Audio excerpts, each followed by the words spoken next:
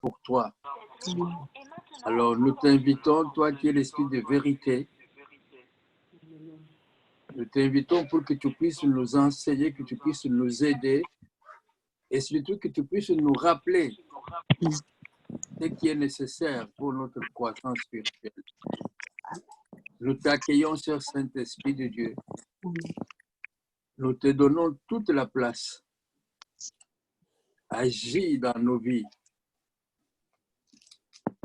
Toi qui es la seule lumière qui éclaire la volonté du Père, daigne éclairer pour nous la volonté de notre Dieu pour nos vies.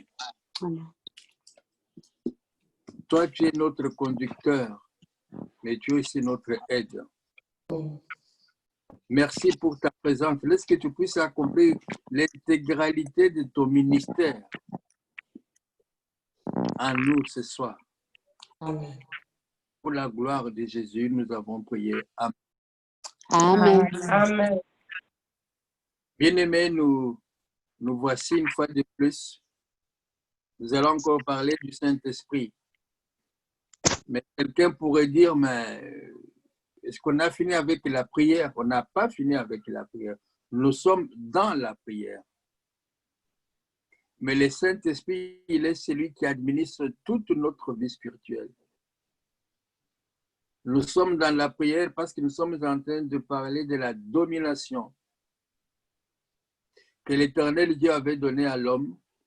Dès la création, il a dit, domine sur tout ce qui est sur la terre. Et maintenant, nous avons vu comment nous pouvons dominer de par notre position en Christ, de par la parole de Dieu, de par le nom de Jésus. Et là, nous sommes dans le Saint-Esprit. Nous avions déjà commencé d'ailleurs ces partages-là.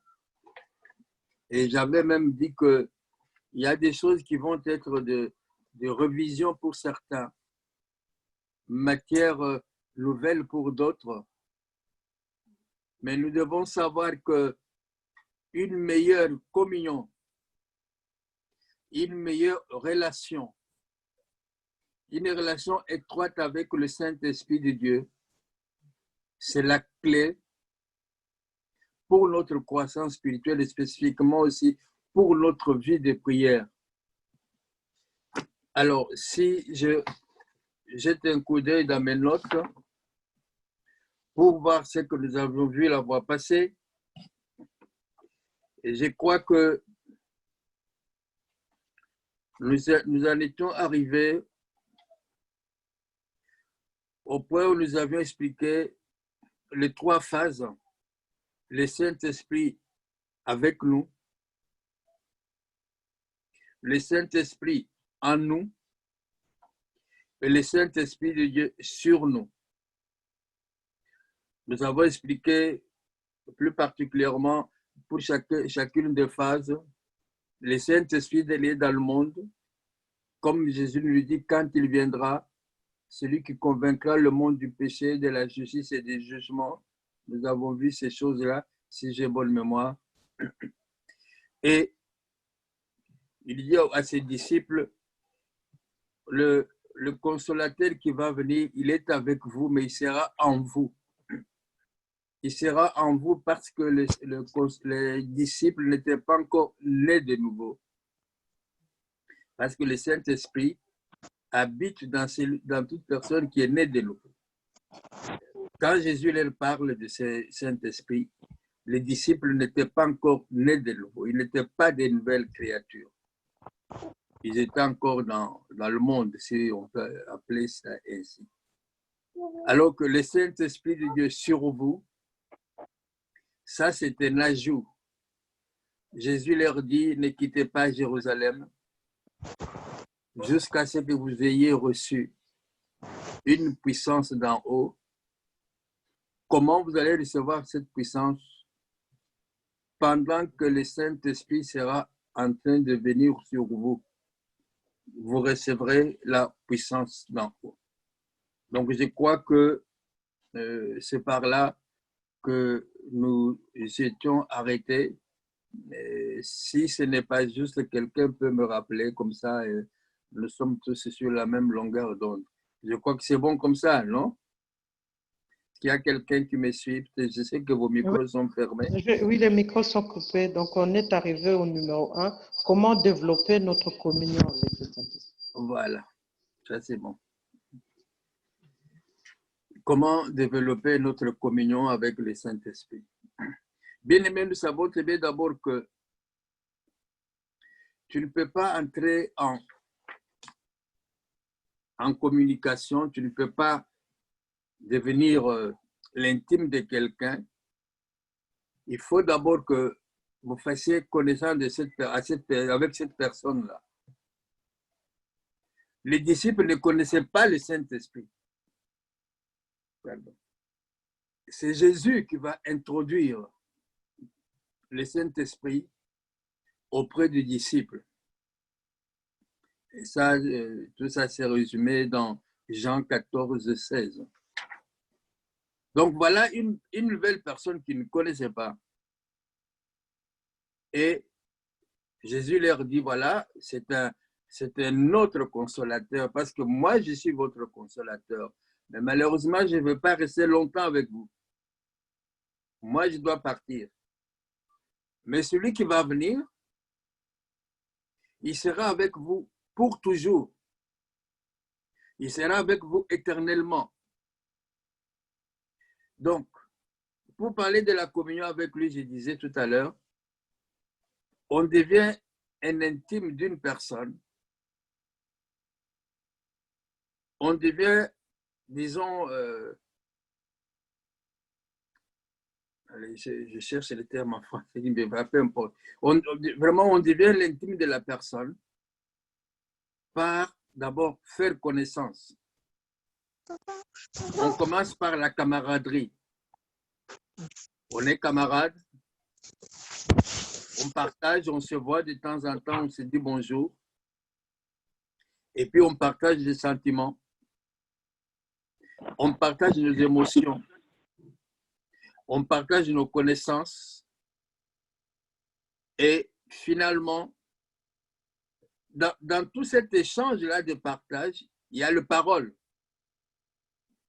Il y a des hommes de Dieu, peut-être des enfants de Dieu qui interprètent mal cette recherche de communion avec le Saint-Esprit. Ils disent maintenant on doit seulement prier à Dieu le Père dans le nom de Jésus. On ne peut pas prier le Saint-Esprit. Mais d'abord, c'est quoi la prière? Bon. Et qu'est-ce qu'ils entendent ne pas prier au Saint-Esprit? Quand je dis Saint-Esprit de Dieu, je t'adore, est-ce que j'ai pris ou bien je ne prie pas? Quand nous chantons même, viens Esprit du Seigneur, c'est une prière. Quelqu'un me dirait c'est un cantique, mais qu'est-ce que j'ai dit dans ces cantiques-là? Vous savez, il y a parfois des discussions théologiques qui n'ont vraiment pas de fondation solide. Alors,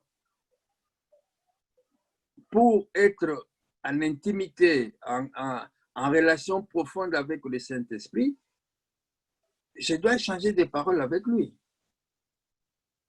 Je dois lui parler. Et nous avons vu la fois passée, peut-être que ce n'était pas suffisamment approfondi. Le Saint-Esprit, il parle, il a une voix. Nous devons savoir distinguer la voix du Saint-Esprit quand il nous parle. Donc, nous ne pouvons pas seulement garder dans nos cœurs les sentiments d'amour, ou bien ce que nous ressentons, ou bien ce que nous partageons. Nous devons être à même d'exprimer, pourquoi pas dire merci au Saint-Esprit pour ce qu'il a pu accomplir dans nos vies, ou bien l'aide qu'il nous a apportée, ainsi de suite. Donc, quand nous voulons avoir une relation avec le Saint-Esprit, nous devons apprendre comment l'adorer. Le Saint-Esprit, j'allais dire qu'il adore l'adoration, tautologie. Le Saint-Esprit aime bien. Il est un esprit d'adoration. Et il est un esprit de prière aussi, mais vraiment l'adoration, c'est son point, quelque chose qui fait qu'il il se sent bien. Nous devons apprendre comment prier dans le Saint-Esprit, nous en parlerons aussi, ou comme on appelle prier en langue. Là aussi, il faut soulever un point où dans beaucoup d'assemblées, chez beaucoup d'enfants de Dieu, on attend, oui, écoutez, la prophétie qui a été donnée dans notre église, on a dit les frères, ceci, les pasteurs, cela, la scène. Non. Il y a une grande confusion, surtout dans le monde évangélique ou pentecôtiste, plus évangélique que pentecôtiste. Il y a une grande confusion entre ce qu'on appelle la parole de prophétie, l'interprétation d'une langue, ainsi que la parole de connaissance. Quelqu'un peut donner une parole de connaissance. Quelqu'un peut donner une prophétie. Parole de prophétie, pardon. Mais quelqu'un peut parler en langue avec interprétation. Mais dans les assemblées des enfants de Dieu, charismatiques ou évangéliques que nous sommes, on met tout ça sur le dos de la prophétie. Oh, la prophétie a dit. Donc là aussi, ça montre tout simplement manque d'information. La prophétie n'est pas le parler en langue, le parler en langue n'est pas la prophétie n'est pas la parole de connaissance, la parole de connaissance n'est pas le parler en langue. C'est don du Saint-Esprit, si possibilité on pourra revenir là-dessus pour que les gens sortent de la confusion. Et la confusion qui sème des divisions, des dissensions, que ce soit la prophétie, que ce soit la parole de connaissance, que ce soit l'interprétation d'une langue, tout doit être examiné à la lumière de la parole. La prophétie, ce n'est pas une monnaie comptante. On ne doit pas prendre la prophétie comme argent comptant. On ne doit pas prendre la parole de connaissance comme argent comptant. On ne doit pas prendre l'interprétation de la langue comme argent comptant. On doit tout examiner à travers le tamis qui est la parole de Dieu. La prophétie doit être conforme à la parole de Dieu. La parole de connaissance doit être conforme à la parole de Dieu. L'interprétation d'une langue doit être conforme à la parole de Dieu. Parce qu'il n'y a pas une autre révélation qui puisse être aidée, qui aille au-delà de ce que nous avons reçu, qui est écrit dans la Bible. Jean, dans Apocalypse, dit, on ne doit rien ajouter, on ne doit rien retrancher. Donc, on ne peut pas avoir une révélation autre que celle que le Saint-Esprit a donnée, qui a été mise par écrit par les auteurs de la Bible. Ça, c'était juste une parenthèse. Donc, nous disions que pour avoir une relation avec le Saint-Esprit, nous devons apprendre à l'adorer. Nous devons reconnaître que de ce côté-là, le ministère des louanges dans notre assemblée, vraiment, je ne sais pas que je peux lui donner combien de pourcents. Nous devons prier vraiment pour la restauration de ces ministères à l'Église du plein évangile. Nous devons prier vraiment que ces ministères soient restaurés au sein de l'Église du plein évangile.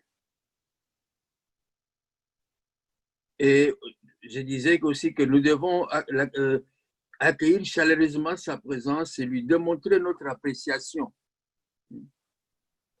Quand vous rendez visite à quelqu'un, vous êtes chez quelqu'un, il vous dit bonjour, tout en regardant à gauche ou en regardant dans le plafond, ça montre que cette personne, votre présence le dérange.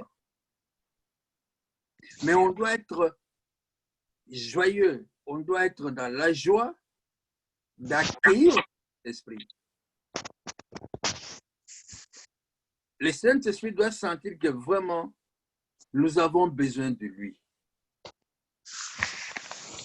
Et parce que si nous ne le faisons pas, nous ne pourrons jamais développer cette communion. Tant que le Saint-Esprit ne sera pas reconnu reconnu dans quel sens? Donc, montrer notre gratitude. Notre gratitude, c'est-à-dire que bon, je reconnais que vraiment tu as fait telle chose. Nous voyons dans le monde, et surtout chez les Américains, on reconnaît même le travail de celui qui fait le ménage des toilettes. On lui donne même un brevet ou un cadeau pour dire, bon voilà, parmi toutes les personnes qui font ce travail-là, vous êtes numéro 1. Nous reconnaissons vos capacités. C'est cette reconnaissance-là dont on parle. Mais le Saint-Esprit ne va jamais s'imposer sur nous. C'est un gentleman. Il est doux. Il ne forcera rien. Il ne forcera rien. Alors, mais par contre, s'il est reconnu, il dit, tiens, le Saint-Esprit est là. Nous allons l'accueillir. Le Saint-Esprit, il est notre aide, il est notre consolateur. Nous t'accueillons, Saint-Esprit de Dieu. Accompagne-nous, viens avec nous, Saint-Esprit, ainsi de suite. Alors il dit, tiens, je suis aussi important. Imaginez-vous, vous allez au tribunal. Il y a une affaire qui vous concerne. Le dossier est vraiment très, très dur. Et vous arrivez là-bas, vous avez un avocat. On vous appelle à la barre. Parce que vous avez un avocat, c'est supposé que c'est votre avocat qui va prendre parole à votre place. Mais vous laissez l'avocat assis dans son coin. Vous ne connaissez pas les droits. Vous ne savez pas comment, même la tournure de questions que les juges vont vous poser, vous risquez d'être pris au piège. Finalement, vous êtes condamné par les tribunaux. Et quand vous sortez de là, vous dites à votre avocat, moi je vous paye, vous êtes là, et maintenant j'ai perdu le procès. L'avocat vous dira, mais monsieur, il fallait me laisser la place. Il fallait me laisser la place. Je suis votre avocat, vous aurez dit au tribunal, écoutez, monsieur le juge, c'est mon avocat qui va répondre à toutes ces questions. Messieurs, les questions qu'on vous a posées, c'était très facile. Je pouvais bien vous défendre. Vous ne pouvez pas perdre de ce procès. Mais vous avez voulu vous-même prendre les choses en main. Qu'est-ce que moi je pouvais faire? Le Saint-Esprit de Dieu, il est notre avocat. Il nous aide. Il est notre aide. On parlera de ces ministères plus tard. Donc, nous avons besoin de lui dire, Saint-Esprit de Dieu, voilà, moi j'ai tel problème. Aide-moi, montre-moi, qu'est-ce que je dois faire, et ainsi de suite. Alors, dans ces ministères d'aide, le Saint-Esprit, excusez-moi, je garde la note, j'ai interverti quelques...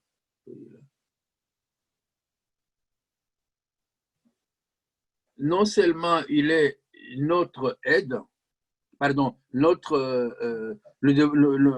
devons être en communion avec lui, mais le Saint-Esprit, il est aussi notre partenaire. Il est notre partenaire. Je vous avais dit, c'est quoi, il y a une séance ou deux, je vous dis, voilà, faites un effort pour lire un peu les livres des Actes des Apôtres, et vous allez voir comment le Saint-Esprit travaillait à cette époque-là, il continue à travailler d'ailleurs, avec les disciples, avec les apôtres.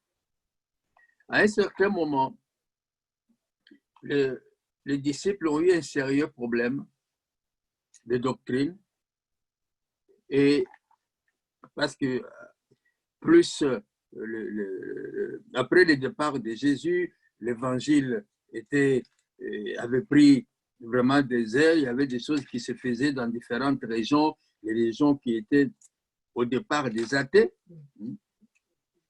Alors, il y a eu un problème très sérieux au sein de l'Église, Église primitive. Alors, la Bible nous dit ceci, je suis dans Actes des Apôtres, chapitre 15. Nous sommes en train de parler maintenant de l'autre face de... Nous parlions de la communion, mais il est aussi notre partenaire. Alors, je vais essayer de lire, je cherche la phrase ici.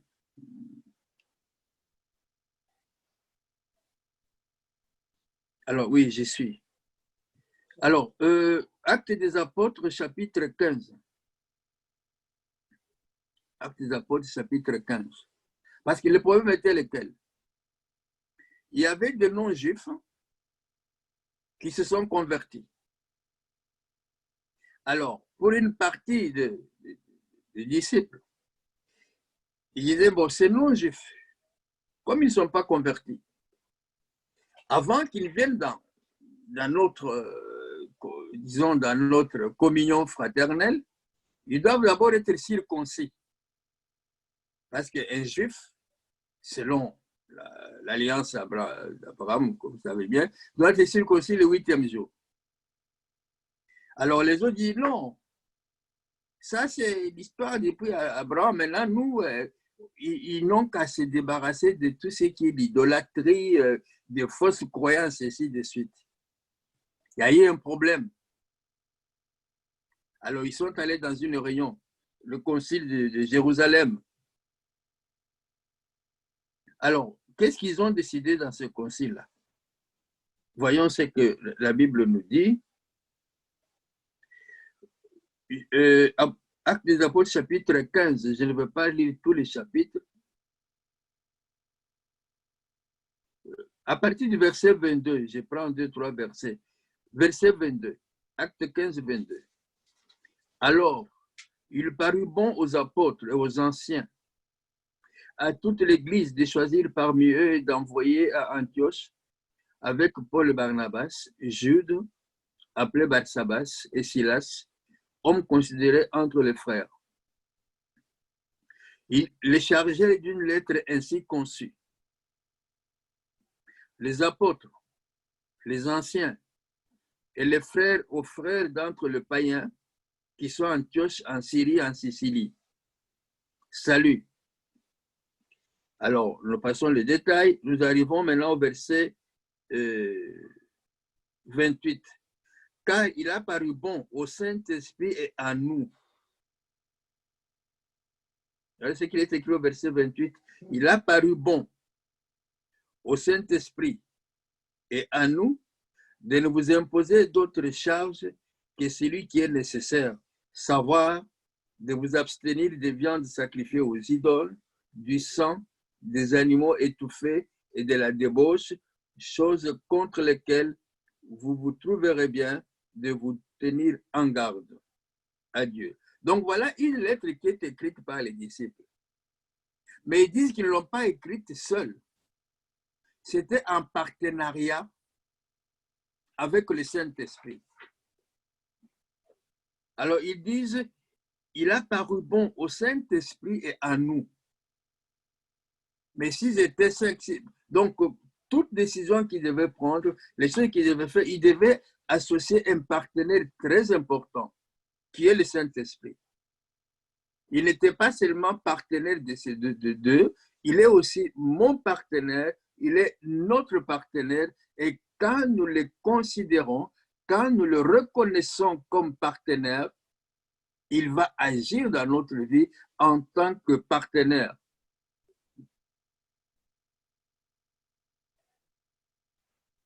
Quand nous regardons ce qui se passe dans le monde des affaires, les gens qui sont associés, qui sont dans une, bon, peu importe la forme juridique de la société, ils sont partenaires, ils sont des associés.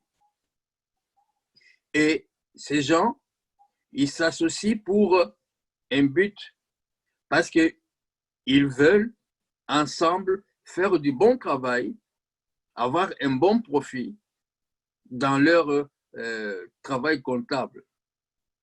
Cependant, si dans cette association, un des partenaires le plus influent, disons, est négligée, ou on ne tient pas compte de ses conseils, cette société, elle va droit à la faillite. Elle va droit à la faillite. C'est que beaucoup d'enfants de Dieu oublient ou négligent.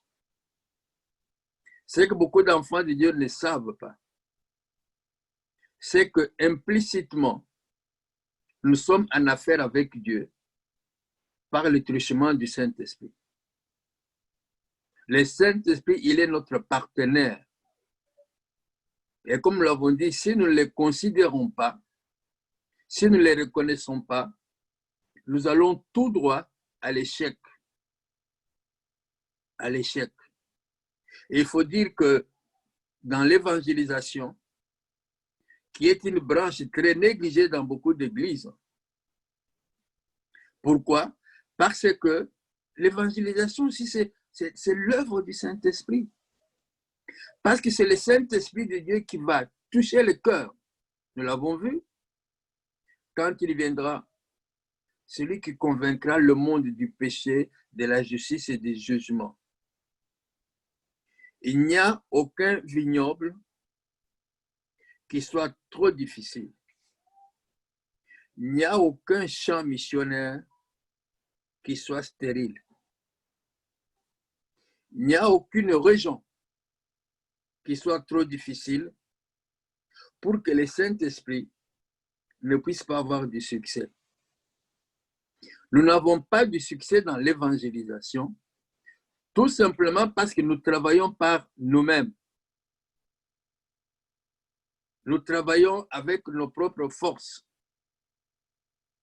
Nous laissons de côté un partenaire important que le Saint-Esprit.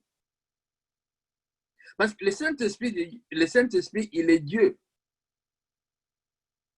Qui est plus puissant que Dieu? Quelque part, quelqu'un dit dans la Bible, le cœur du roi est dans ta main comme un courant d'eau. Tu le diriges où tu veux. Donc, Dieu est capable de diriger le cœur de quiconque où il veut. Mais Dieu ne va pas le faire d'une façon automatique. Dieu va le faire par son administrateur, le Saint-Esprit.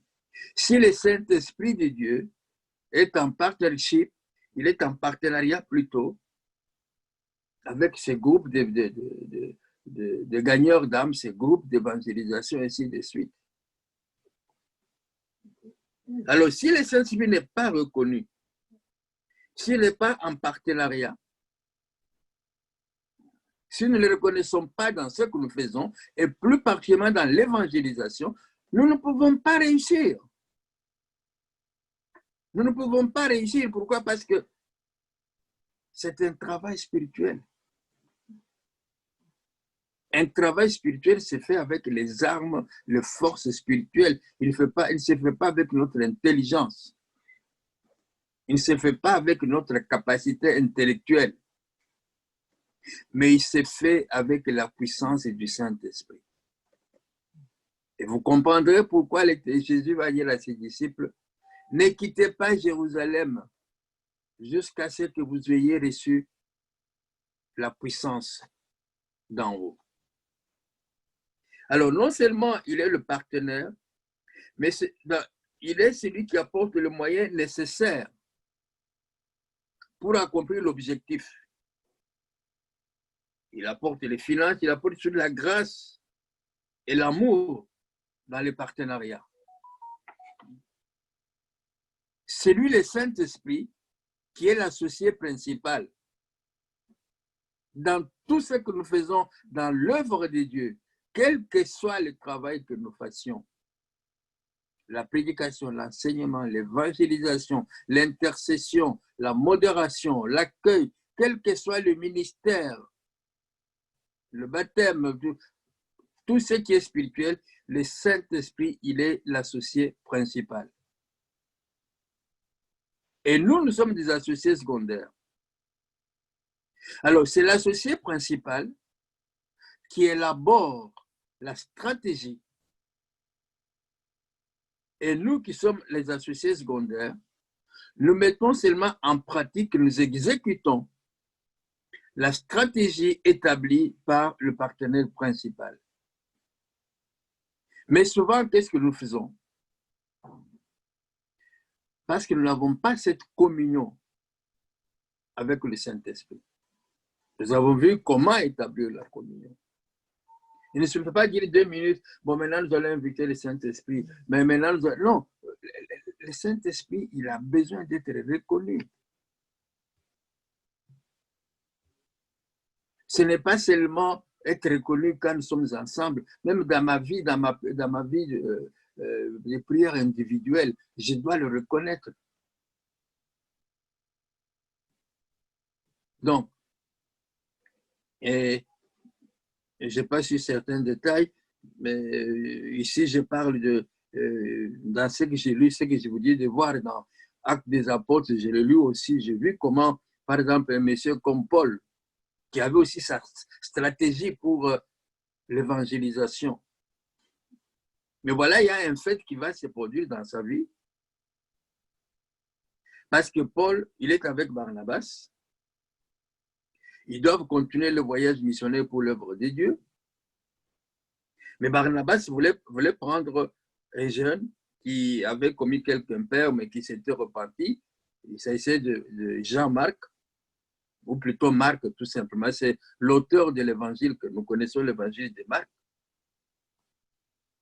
Barnabas était pour que Paul accepte d'aller avec Marc. Mais Paul n'était pas prêt à accepter Marc dans leur association. Ils se sont séparés et à ce moment-là, Paul va introduire dans son équipe un jeune, le jeune Timothée. Mais quand nous lisons le travail accompli par Paul et par Timothée dans toutes ces églises qui devraient aller revoir, nous voyons le travail merveilleux que Timothée avait accompli, le travail merveilleux que l'équipe de Paul avec Timothée, que cette équipe avait accompli. Donc, au départ, lui avait le schéma Barnabas, Paul. Mais ce n'était pas le schéma du partenaire principal qui était Paul Timothée. Donc, c'est pourquoi je prends cet exemple, c'est pour dire que nous ne devons pas être pressés pour les choses spirituelles. Mais les choses spirituelles aussi, il ne suffit pas d'ouvrir la Bible et puis on a la réponse. Ce que nous sommes en train de faire, c'est un apprentissage. Nous devons apprendre à reconnaître le Saint-Esprit, avoir une vie de prière, être des hommes et des femmes qui interrogeons les Écritures, qui méditons la parole de Dieu, et petit à petit, le Saint-Esprit va nous ouvrir l'intelligence. Bien sûr que nous commettons des fautes, nous en commettrons, mais plus nous sommes avec ce partenaire principal, nous en commettrons moins. Et le succès ou la réussite que nous aurons eu va nous encourager à aller encore de l'avant, aller frapper à la porte de ce partenaire. C'est comme je vous l'avais dit l'autre fois, je crois. Vous pouvez une voix vous dire, saluez ces messieurs-là. Moi, je ne les connais pas. Mais seulement, il faut seulement les saluer. Alors, vous rencontrez le monsieur, vous arrivez à sa hauteur, vous ne les saluez pas, vous trouvez normal, mais de toute façon, il ne sait pas que je devais les saluer. Mais vous ne savez pas ce que votre seul bonjour aurait fait dans la vie de cette personne-là. Peut-être c'est une personne qui se sent rejetée, délaissée, méconnue. Et voilà, il rencontre quelqu'un qui ne le connaît pas, qui dit « Bonjour, monsieur ». Il dit « Tiens, voilà quelqu'un au moins qui remarque que je suis là. » Il me dit « Bonjour ». Et ce monsieur va partir avec une joie dans son cœur que vous ne pouvez pas savoir. Mais Dieu sait combien cette personne était blessé, rejeté, triste dans son âme. Du fait que vous l'avez salué, ça lui a fait du bien. Il a compris que même si là d'où il vient, personne ne le connaît, mais il y a au moins quelqu'un qui a remarqué que lui, il était là. Donc, c'est pour dire que la communion avec le Saint-Esprit, le partenariat avec le Saint-Esprit, c'est quelque chose qui doit être bâti. Ça n'arrive pas comme ça en claquant les doigts. Mais si on ne commence pas par le petit, on n'arrivera jamais au grand.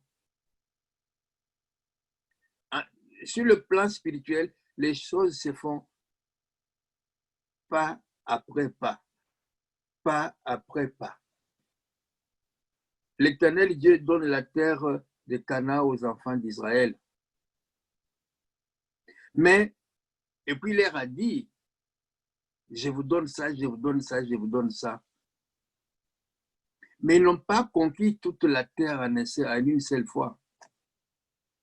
Si vous lisez les livres des juges, vous allez voir qu'il y avait cette tribu que Israël n'avait pas conquise. Pour des raisons, c'est pas, ça ne nous concerne pas pour le moment, mais c'est pour vous dire tout simplement que spirituellement, les choses se font pas après pas. Pas après pas. Ce n'est pas la 4G, ce n'est pas la 5G.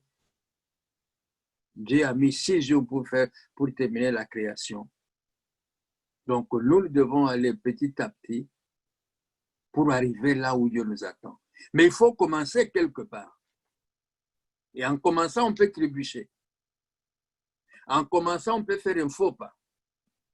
Mais même si on fait un faux pas, la Bible dit que les justes tombent 7 fois, mais ils ne restent pas couchés, ils se relèvent.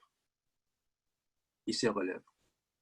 Alors, un troisième point que j'aimerais évoquer pour bâtir cette relation avec le Saint-Esprit, c'est l'unité que nous devons avoir avec le Saint-Esprit, la connexion que nous devons avoir avec lui.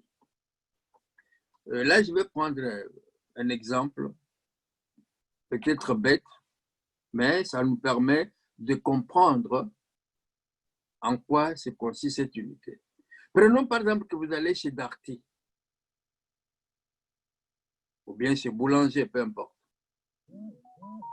Vous achetez là-bas un très bel appareil, un réfrigérateur, full option, grande capacité.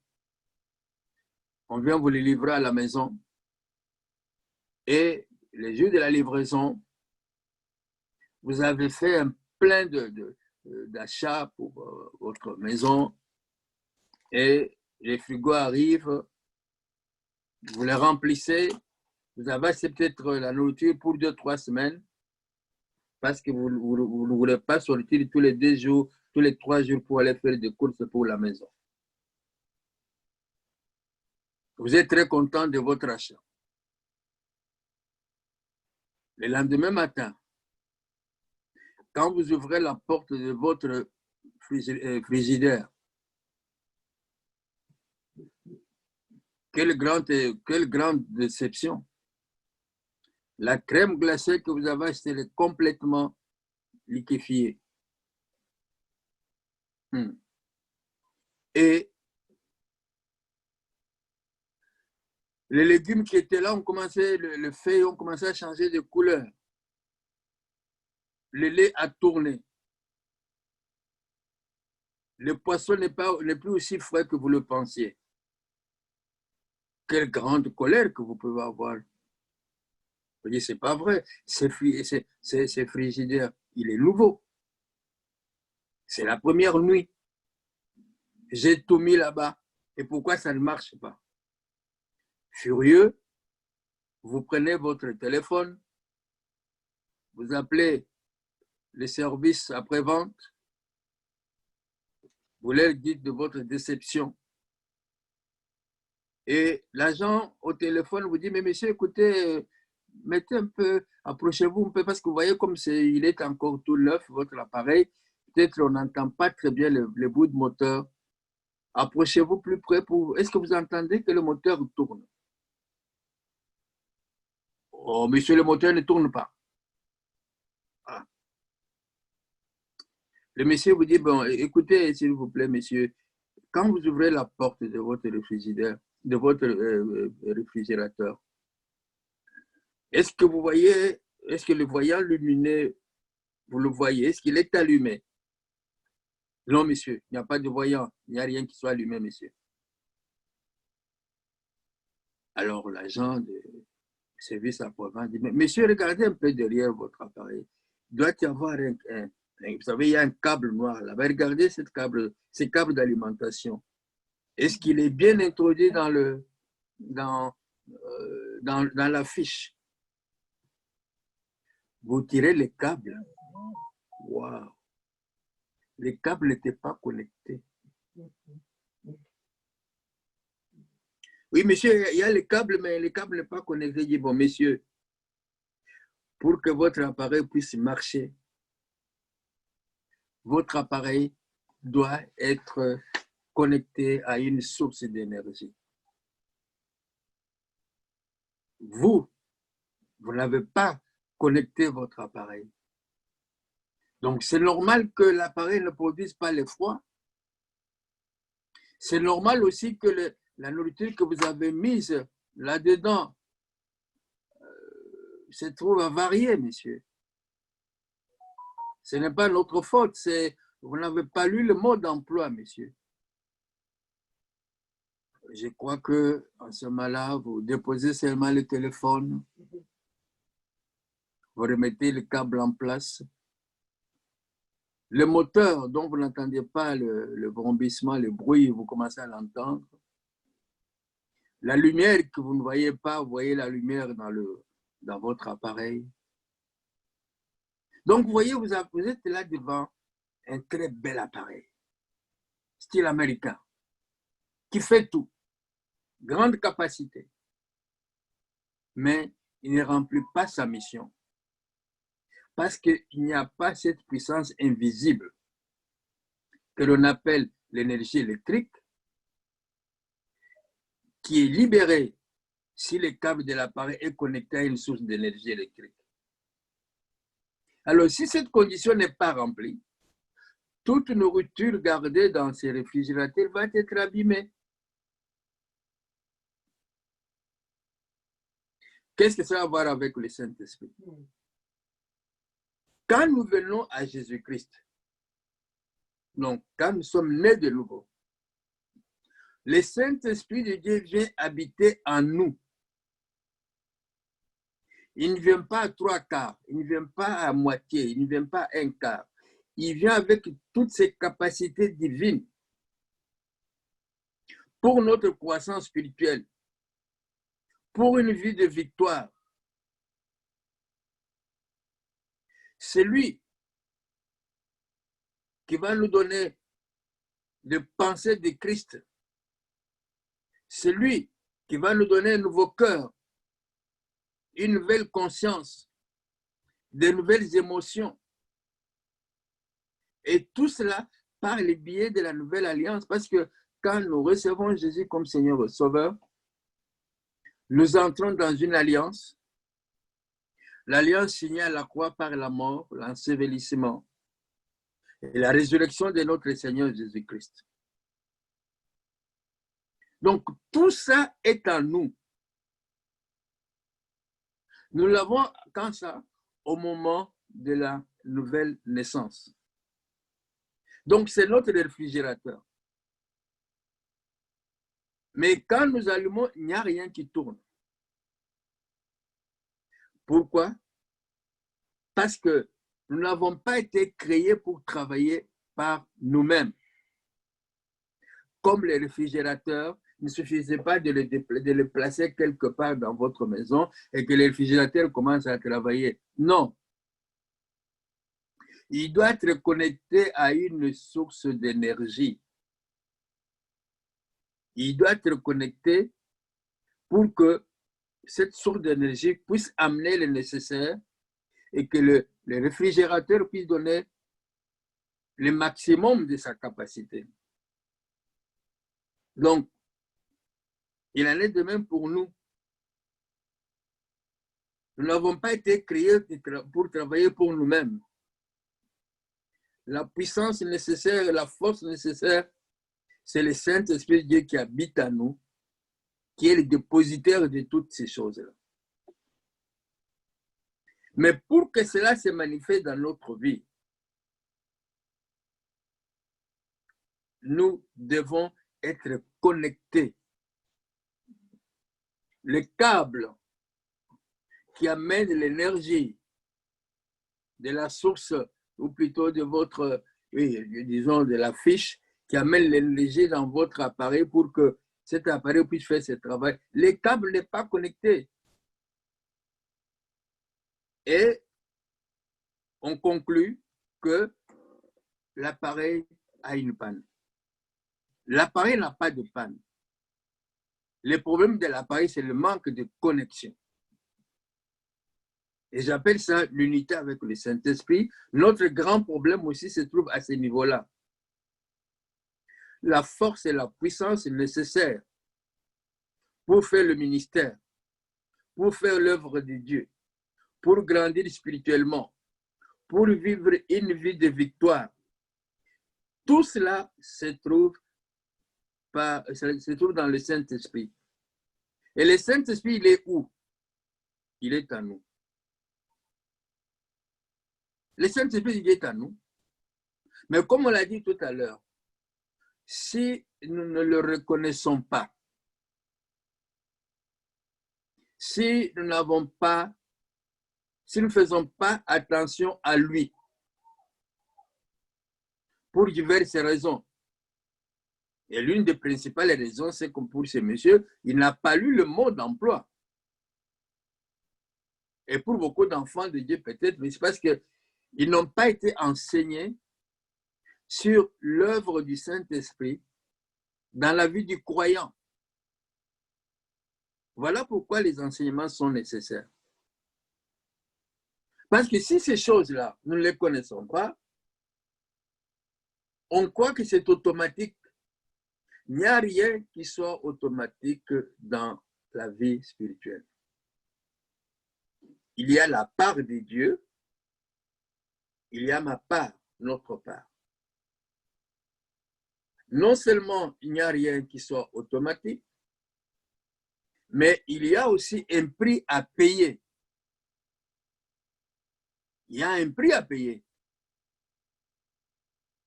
Nous avons coutume de dire, mais le salut, il est gratuit. Oui, ce n'est pas tout à fait vrai parce que quelqu'un est mort. Quelqu'un s'est séparé de son fils, à savoir notre Dieu. Son fils a donné sa vie. Jésus, il est mort. C'est comme ça que nous avons le salut. Donc, nous voulons que tout nous soit donné comme il suffit de pousser sur un bouton, les choses viennent, offrent ça. Non. C'est un processus. Tout ce dont tu as besoin est en toi. Et je me rappelle une fois, on avait lu ça, je crois qu'on peut relire ces versets. C'est pour vous dire que nous avons... Pourquoi nous disons que celui qui vit en moi est plus fort que celui qui vit dans le monde? Et pourquoi avons-nous peur quand celui qui vient dans le monde vient, alors que nous savons, quelqu'un vient contre toi avec un bâton. Mais toi, tu as une grande arme de guerre. Qui va fuir l'autre? Celui qui a le bâton ou bien celui qui a l'arme de guerre? Nous avons l'arme de guerre. L'ennemi vient avec un petit bâton et nous fuyons. Parce que nous ne savons pas comment utiliser cette arme. Nous ne savons pas comment utiliser cette arme. Écoutez ce que le Saint-Esprit nous dit à travers l'apôtre Paul dans Éphésiens au chapitre 3. C'est un verset que vous connaissez très bien. Éphésiens 3.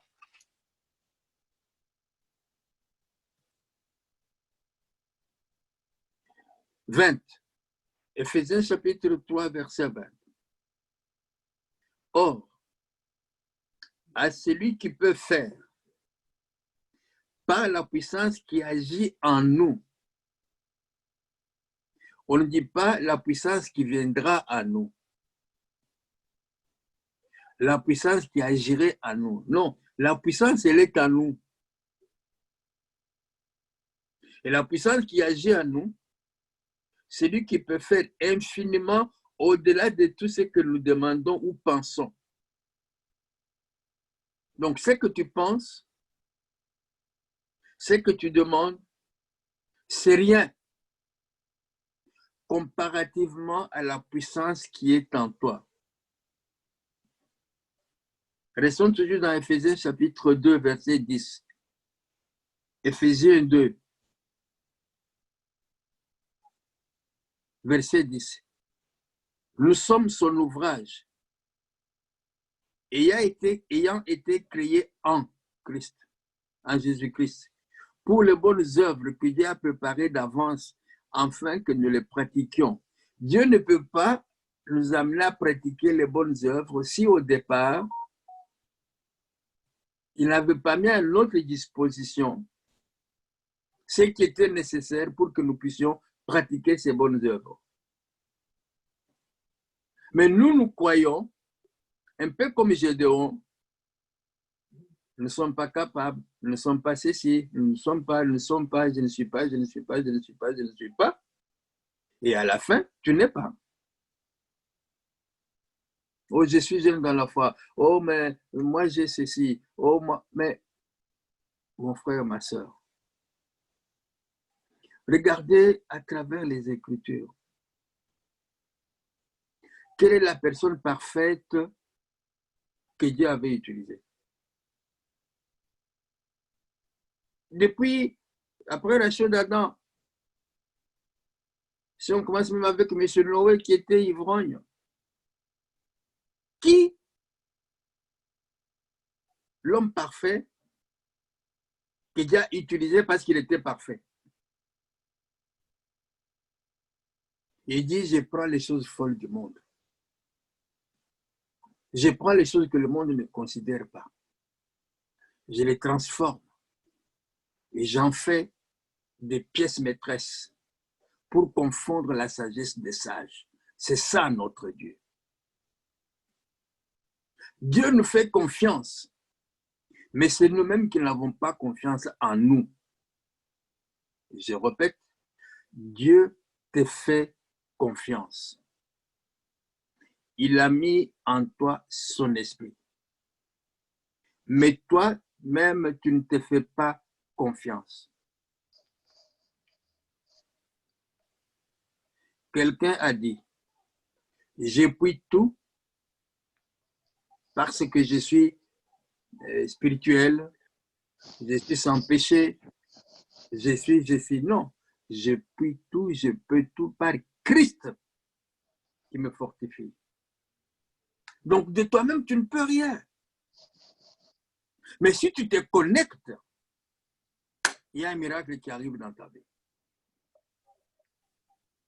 Si tu te connectes, mais nous avons même peur de nous connecter. Parce que nous disons, mais si ça ne marche pas. Alors moi aussi, je dirais, mais si ça marche, comment tu sauras que ça ne marche pas? Il faut essayer. Donc, nous voyons que, on parlait de notre histoire de réfrigérateur. Donc, quand nous venons à Jésus, quand nous laissons de nouveau, tout est à nous. Et une chose est importante, Dieu ne nous a pas créés pour travailler en solo, pour travailler seul. Tout ce dont nous avons besoin est à nous dans le Saint-Esprit. Et ce qu'il attend de nous, c'est que nous puissions nous connecter au Saint-Esprit. Voilà pourquoi les disciples, c'est un problème très compliqué. Et les disciples disent là-bas, il a plu au Saint-Esprit et à nous. Donc, il y avait un partenariat. Ils ont reconnu que les problèmes étaient tellement coriaces qu'à eux seuls, ils ne pouvaient pas. Alors, ils ont fait appel à leur partenaire. Ils disent, Saint-Esprit de Dieu, nous avons un sérieux problème ici. Si tu veux bien venir. Et quand on le reconnaît, il est dans la joie parce que là, il va vous. Il est Dieu. Parce qu'il est Dieu, c'est qui est Dieu. On ne va pas revenir sur ces choses-là, mais vous devez savoir qu'un Dieu, il est omniscient. Amen. Donc, il connaît tout. Un Dieu, il est omnipotent. Donc, il est, comme nous disons, El Shaddai, il a toute la force. Un Dieu, il est le nom de Dieu. Dans vos Bibles, on donne toutes ces choses-là. Donc, ce que vous parlez des noms de Dieu, là, les caractéristiques qui sont sur le Père, les mêmes caractéristiques qui sont sur le Saint-Esprit. J'aurais pu peut-être commencer à vous parler que le Saint-Esprit, non seulement il est notre aide, non seulement il est un ami, mais il est aussi Dieu. Pourquoi il est Dieu? Parce qu'il a les caractéristiques de Dieu. Les grands problèmes des personnes qui s'opposent à Jésus-Christ, ils reconnaissent qu'il est le Fils de Dieu, mais ils ne reconnaissent pas qu'il est Dieu. Mais Jésus est Dieu parce qu'il a les caractéristiques de Dieu. Et quelles sont les caractéristiques de Dieu? Bon, ça nous éloigne de notre sujet. Donc, si vous prenez conscience que le Saint-Esprit de Dieu, le Saint-Esprit, il est Dieu. Saint-Esprit de Dieu parce que tous les esprits ne sont pas de Dieu. Saint-Esprit parce que tous les esprits ne sont pas saints. Lui, il est esprit, mais il est saint. Amen. Il est esprit, mais il est saint. Lucifer, il est esprit, mais il n'est pas saint. Il y a des anges qui sont des êtres spirituels, mais qui sont les anges déchus, mais ils ne sont pas saints. Ce ne sont pas les anges de Dieu, ce sont les anges du diable. Donc, vous voyez, parfois, quand on enseigne ces choses dans les églises, les gens ne font pas très attention. Ils veulent apprendre comment chasser, comment empêcher que les sorciers ne viennent pas me tordre le cou la nuit. Non, tout ça, ce n'est pas mauvais. Mais il y a les b.a.-ba que tu dois connaître pour vivre une vie de paix dans le Seigneur. Le Saint-Esprit, il est Dieu. Je vous ai donné cette phrase quoi la fois passée. Si vous regardez Genèse chapitre 1, et Dieu dit, et Dieu dit, et Dieu dit. Et chapitre 1, verset 26, il dit, et Dieu dit, je vais faire l'homme. Non, faisons l'homme. Ça doit attirer votre attention. Pourquoi là-bas il dit, Dieu dit, arrivé ici, il dit, Dieu dit, faisons l'homme. Donc, Dieu, il est trinitaire. Il y a 3 personnes en Dieu. Vous savez, ces choses-là, il y en a qui sont dans vos Bibles. L'Église est une école. Il y a des choses importantes que vous devez connaître. Nous devons connaître certaines choses pour comprendre certaines choses. Mais beaucoup préfèrent venir seulement le dimanche à 11h, même si ça commence à 10h. Ils viennent à 11h, à midi, il est parti. Il se dit chrétien. Ok, il est chrétien. Mais face à un petit vent qui vient de l'ennemi, il ne sait même pas sur quoi s'appuyer parce qu'il n'a pas l'information. Vous voyez les histoires de mardi, là, les enseignements, là, moi, je n'ai pas le temps. Vous n'avez pas le temps. Mais vous oubliez qu'en recevant l'information, ça vous épargne des heures d'hospitalisation, des heures de troubles à la maison, des heures de disputes en famille, de l'argent économisé, parce que vous avez l'information. Parce que vous avez l'information. Regardez même notre Seigneur. Il va prêcher, il va parler de son Dieu, et puis après de son Père, et puis après, il appela ses disciples et il les enseigna. Il va là-bas, il va guérir les malades. Quand il revient, il appela les disciples, il les enseigna. Jésus ne faisait pas que de la prédication. C'est un grand enseignant, c'est le docteur. Et quand il enseignait, les pharisiens disent, mais il enseigne avec puissance et autorité. D'où lui vient cette autorité? C'est pour vous dire, quand vous négligez l'enseignement de la parole, vous êtes en train de mettre votre vie spirituelle en danger. Parce que votre grand ennemi ne sera pas le diable, mais votre ennemi sera l'ignorance. Ce n'est pas moi qui le dis, c'est la Bible qui le dit. L'Éternel dit, mon peuple meurt à cause du diable. Non. Mon peuple meurt à cause du manque de connaissances. C'est le manque de connaissances qui tue le peuple de Dieu. La Bible le dit. Et Jésus lui-même lui dit, vous connaîtrez la vérité. Aux Juifs qui avaient cru, il leur a dit, si vous demeurez dans ma parole, c'est ainsi que vous serez mes disciples. Vous connaîtrez la vérité et la vérité vous affranchira. La vérité vous rendra libre. Comme ils n'avaient pas compris le message de Jésus, il dit, mais nous n'avons jamais été esclaves de quelqu'un. Ils oubliaient d'abord que les Judéens étaient occupés par les Romains. Ils disent qu'ils n'ont jamais été esclaves. Ils paient les taxes à l'empereur. Ils disent qu'ils n'ont jamais été esclaves. Ils oublient qu'ils sont sortis de Babylone, ils étaient chez Nebuchadnezzar, chez Darius, ils disent qu'ils n'ont jamais été esclaves. C'est la vérité qui va vous rendre libre. Donc, quand nous disons le Saint-Esprit, c'est l'Esprit de Dieu, il est Dieu.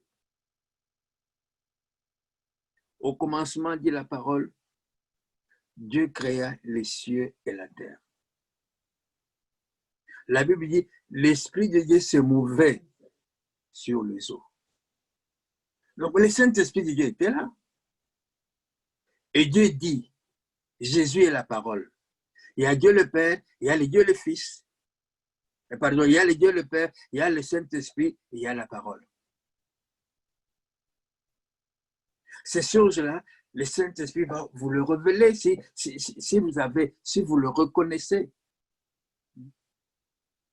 Pourquoi Jésus l'appelle qui aide? Il dit, quand il viendra, il vous enseignera et vous rappellera. Si le Saint-Esprit de Dieu a pu donner la révélation aux disciples, il peut vous la donner aussi. Parce qu'il est Dieu. Parce que comme il est Dieu, il ne va pas faire de distinction. Parce que Dieu ne fait de distinction de personne. Donc, si vous prenez conscience que le Saint-Esprit, il est Dieu et qu'il est en vous, alors si vous ne faites pas l'erreur que j'ai faite en tant qu'acheteur de réfrigérateur sans l'avoir connecté, donc si vous vous connectez, votre réfrigérateur va avoir une nouvelle vie. Vos aliments ne vont pas s'abîmer. Donc, vous allez voir que votre vie va être transformée. Pourquoi? Parce que vous n'allez pas travailler en solo. Vous êtes connecté à une source de puissance. Vous êtes connecté à Dieu. Et lui va déverser en toi, il va déverser toute sa puissance dans ta vie. Par conséquent, nous ne pouvons pas nous considérer comme des individus, comme des croyants, comme des chrétiens, séparément du Saint-Esprit. Non, au contraire, nous devons être conscients que en moi, il y a une personne divine qui vit. C'est très important. En moi, il y a une personne divine qui vit. Cette personne vit en moi. Parfois, je vous dis, bon, admettons que Jésus soit physiquement là. Est-ce que tu peux faire ce que tu fais si physiquement Jésus était à côté de toi? Tu ne le ferais pas. La crainte de Dieu t'infligera une certaine retenue pour que tu ne fasses pas certaines choses. Pareillement, si tu prends conscience que tu n'es pas seul, en toi vit la troisième personne de la Trinité, le Saint-Esprit de Dieu, il est en toi. Ta vie va changer. Parce que si tu prends conscience qu'il est en toi, en quelque sorte, tu reconnais qu'il est là, tu seras obligé de ne pas faire certaines choses. Je vous avais donné une fois un témoignage. Je m'étais dit, bon, désormais, je ne veux pas traverser la chaussée là où il n'y a pas de passage piéton. Un jour, je le fais. Mais quand je suis arrivé au milieu de la chaussée, une voix me dit, mais ce n'est pas ça que tu avais dit que tu ne ferais pas.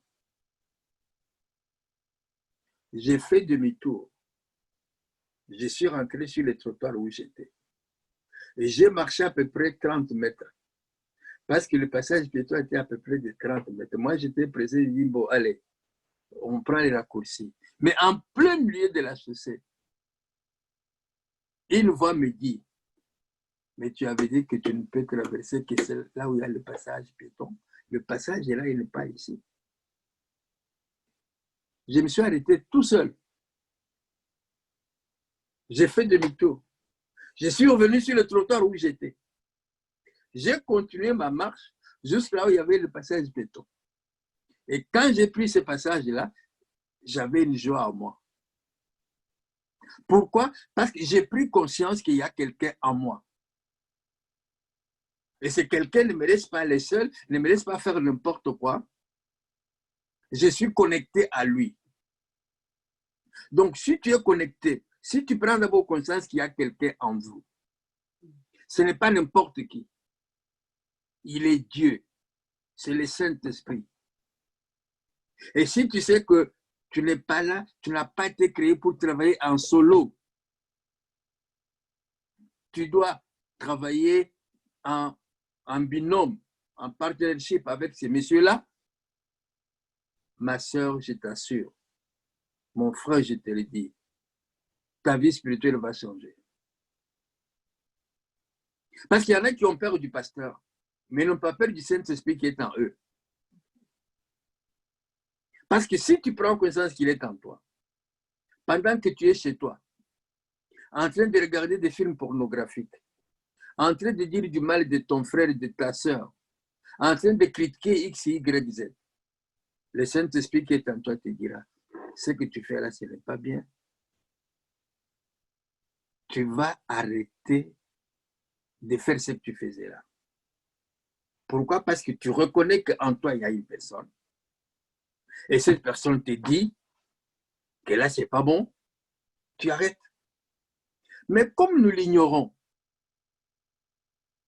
comme peut-être il a tellement parlé que nous ne faisons même plus attention, on continue sur la mauvaise voie, la voie de l'enfer.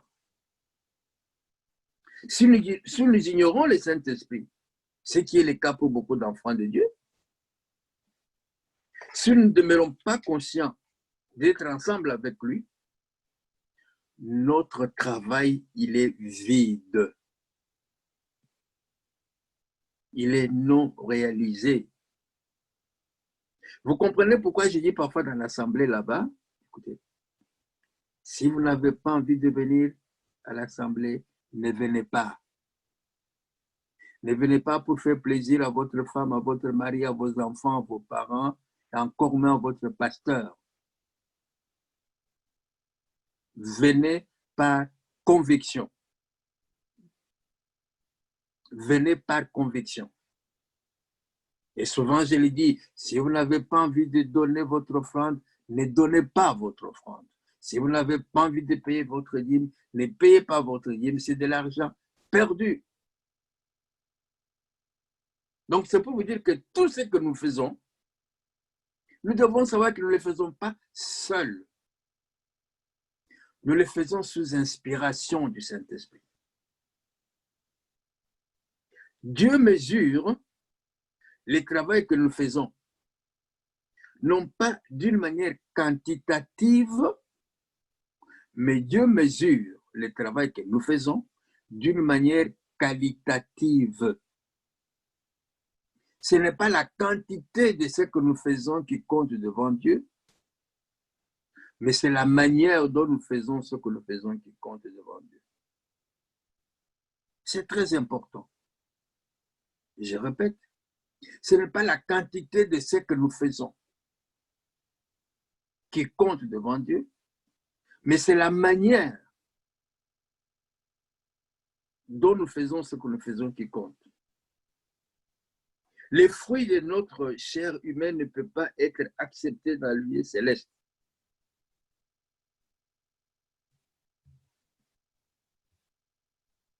Le travail qui est fait par la puissance du Saint-Esprit, c'est le seul travail qui est accepté dans le royaume de Dieu.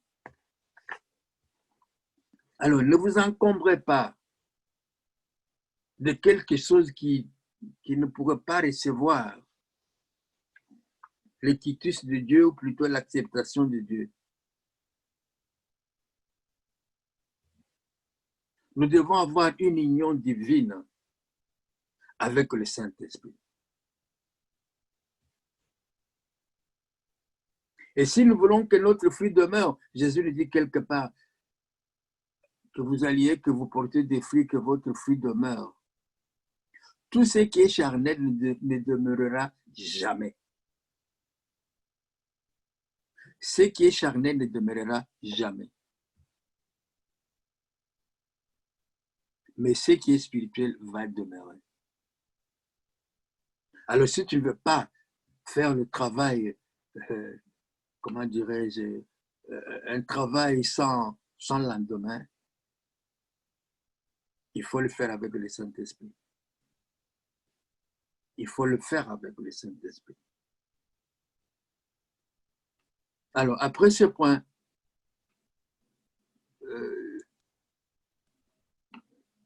il y a un autre point qui est très important, à savoir la nécessité d'être rempli du Saint-Esprit. Paul nous dit, ne vous enivrez point du vin, c'est la débauche, mais soyez remplis du Saint-Esprit. C'est un verset que nous récitons, que nous connaissons très bien, mais l'Esprit Seigneur m'a mis à cœur que nous puissions aller en profondeur pour permettre à chaque personne qui est connectée qu'il comprenne pourquoi je dois être rempli du Saint-Esprit. Comment je dois être rempli du Saint-Esprit? Quel est le schéma, quel est le processus pour être rempli du Saint-Esprit? C'est comme je vous ai dit, Dieu est dans les cieux. Il a envoyé son Fils, Jésus, qui a accompli son ministère. Il est monté et il nous a envoyé le Saint-Esprit. Il est avec nous pour toujours, jusqu'au retour de Jésus. Donc, il n'est pas avec nous pour être avec nous comme une coupe, comme un monument, non. Il est avec nous pour un travail. Voilà pourquoi nous devons comprendre comment vivre en union, comment vivre en partenariat, comment vivre en communion avec cet ami fidèle. Parce qu'il est en nous. Il n'est pas là pour garnir notre vie spirituelle, mais il est là pour nous aider à faire la volonté de Dieu et accomplir la mission que Dieu nous a destinée. Ma montre me dit qu'il est l'heure, mais bien aimé, je ne parle pas qu'à vous, je me parle à moi aussi. Parce que moi aussi, j'ai des ambitions, des choses que je dois faire pour mon Seigneur. Mais je ne peux pas le faire sans le Saint-Esprit. Il y a une discipline que chacun de nous doit s'imposer. C'est comme Paul dit dans Timothée, ceux qui courent dans les stades s'imposent des règles de discipline, de ceci et de cela. Mais il y a que dans l'œuvre de Dieu, on trouve des gens qui disent non, le Saint-Esprit ne m'a pas dit ça. Le Saint-Esprit, c'est un esprit de discipline. Tu dois être discipliné, sinon tu n'es pas disciple. Tu dois avoir quelque chose que tu dois abandonner pour être connecté à cet ami fidèle. Et désormais, il est important que tu saches que chacun de nous discerne que même si physiquement Jésus n'est pas là, mais son esprit est là. Vous savez ce qu'il dit dans le livre des Job? Où irais-je loin de ta face? Tu ne peux te cacher nulle part. Le Saint-Esprit, il est avec toi. Mais il n'est pas avec toi pour faire le vigile, il est avec toi pour t'aider, pour t'accompagner, pour te soutenir, pour te conseiller. Je crois prochainement, je reviendrai sur ces activités-là, les conseillers, l'enseignant, le support. C'est très important. Tu n'es pas seul dans ta vie spirituelle. Le Saint-Esprit de Dieu est là. Que le Seigneur nous bénisse ce soir. Nous allons baisser nos têtes et nous allons prier. Gloire à ton nom, Jésus. Père éternel, notre Dieu, Dieu de toute gloire, Dieu de tout amour, Dieu de bonté, Dieu de miséricorde. Comment ne pas te dire merci? Comment ne t'être pas reconnaissant? Car tu nous as certes créés, mais tu ne nous as pas abandonnés dans la nature. Malgré notre rébellion, tu as envoyé ton Fils Jésus pour nous sauver. Jésus, après ton ministère sur terre, tu es allé auprès du Père, mais tu ne nous as pas laissés orphelins. Tu nous as envoyé le Saint-Esprit. Cher Saint-Esprit de Dieu, combien de fois avons-nous vécu sans te reconnaître? Combien de fois nous n'avons pas fait attention au grand travail qui est le tien et au grand ministère que tu dois exercer dans ma vie, dans la vie de chaque enfant de Dieu? Combien de fois, cher Saint-Esprit de Dieu, nous sommes trouvés face au mur, car nous avons voulu utiliser notre propre force, notre intelligence, et nous sommes trouvés coincés. Alors que toi, tu es à nous, alors que toi, tu es avec nous, alors que tu es notre aide, alors que tu es notre consolateur, alors que tu es notre conducteur, alors que tu es notre ami. Combien de fois, cher Saint-Esprit de Dieu, nous ne t'avons pas attristé, nous t'avons laissé dans un coin de notre demeure et voulant agir seul, nous avons brillamment échoué. Aujourd'hui, Saint-Esprit de Dieu, nous reconnaissons que non seulement tu es avec nous, nous reconnaissons notre manque de collaboration avec toi. Mais nous déclarons aussi que nous ne sommes pas seuls malgré les erreurs que nous avons commises. Tu restes notre partenaire principal. Saint-Esprit de Dieu, tu restes notre conducteur. Tu restes notre guide, notre enseignant. Tu es la seule lumière qui éclaire pour nous la volonté du Père. Saint-Esprit de Dieu, nous avons besoin de toi.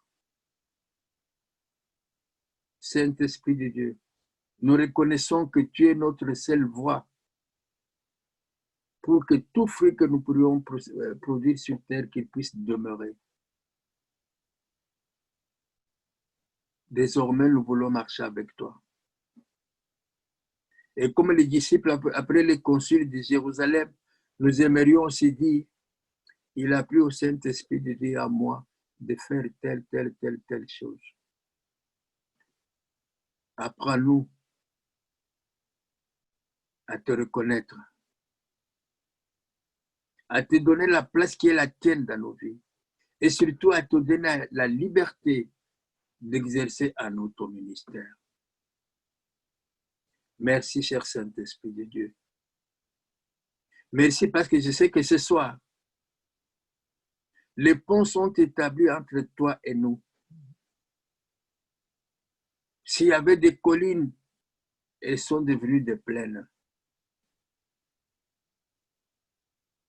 Toi avec nous, nous ferons des exploits pour la gloire de Jésus. Merci notre Père, notre Dieu. Merci Saint-Esprit de Dieu, car toi tu es toujours disponible. C'est nous qui ne sommes pas disponibles.